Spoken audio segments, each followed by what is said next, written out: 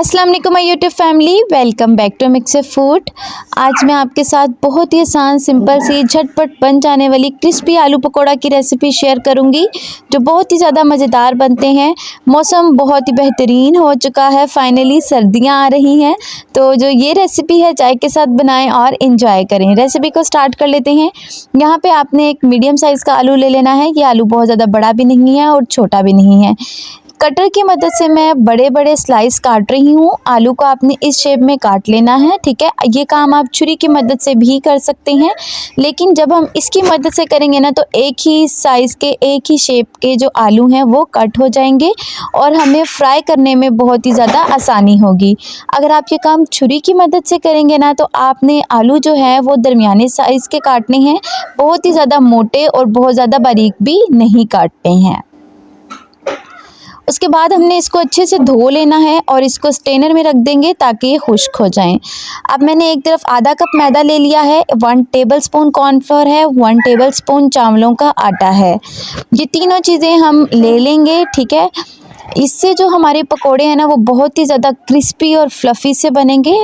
यहाँ पे मैंने half tea spoon baking powder add किया है, हाफ़ टी स्पून नमक ऐड करेंगे, हाफ़ टी स्पून कश्मीरी लाल मिर्च ऐड करेंगे। इससे बहुत ही ज़्यादा अच्छा कलर भी आएगा। ये तीखी नहीं होती है लेकिन इससे कलर बहुत ज़्यादा अच्छा आता है।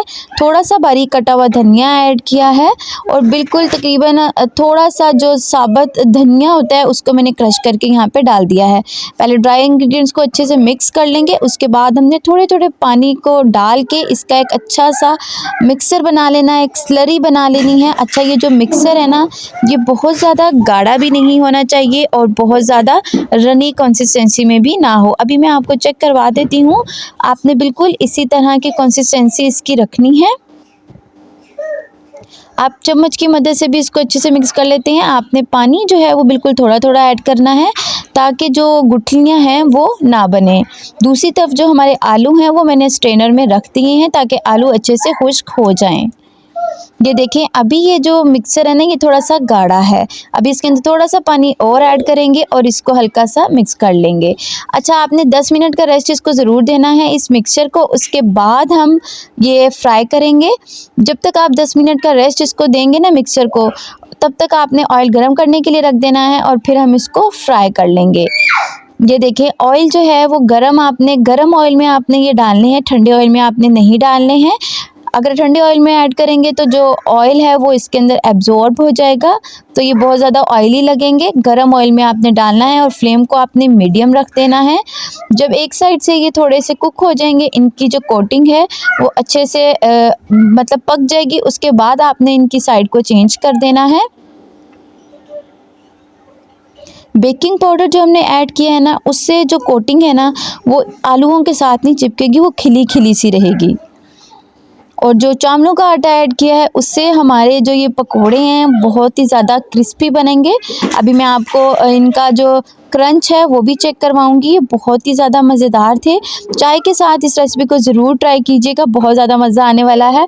आज मैंने चाय के साथ यही ट्राई किए थे, बहुत ही ज़्यादा मज़ा आया था। इतना प्यारा मौसम और ऊपर से ये पकोड़े और गरम गरम चाय का कप हो तो वाह वाह, बहुत ही ज़्यादा मज़ा आ गया था। ये देखें, ये जो हमारे सारे कटलेट्स हैं ये बन चुके हैं। ये क्रिस्पी पकोड़ा जो है ये सिर्फ मैंने एक ही आलू लिया था मीडियम साइज़ का, उसके साथ भी बहुत ज़्यादा ज़बरदस्त बने थे। ये आवाज़ चेक करेंगे, देखिए ये कितने क्रिस्पी हैं, जबकि इनको बने हुए तकरीबन 5 से 10 मिनट गुजर चुके थे। मैंने इसके साथ ये जो धनिया और पुदीने की चटनी है अनारदाने की, ये बना ली थी।